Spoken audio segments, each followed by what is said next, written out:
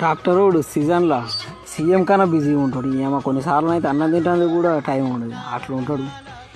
ఇంతది season అయిపోయిందంటే gate బయట watchman కంటే ఘోరం ఉండే పరిస్థితి.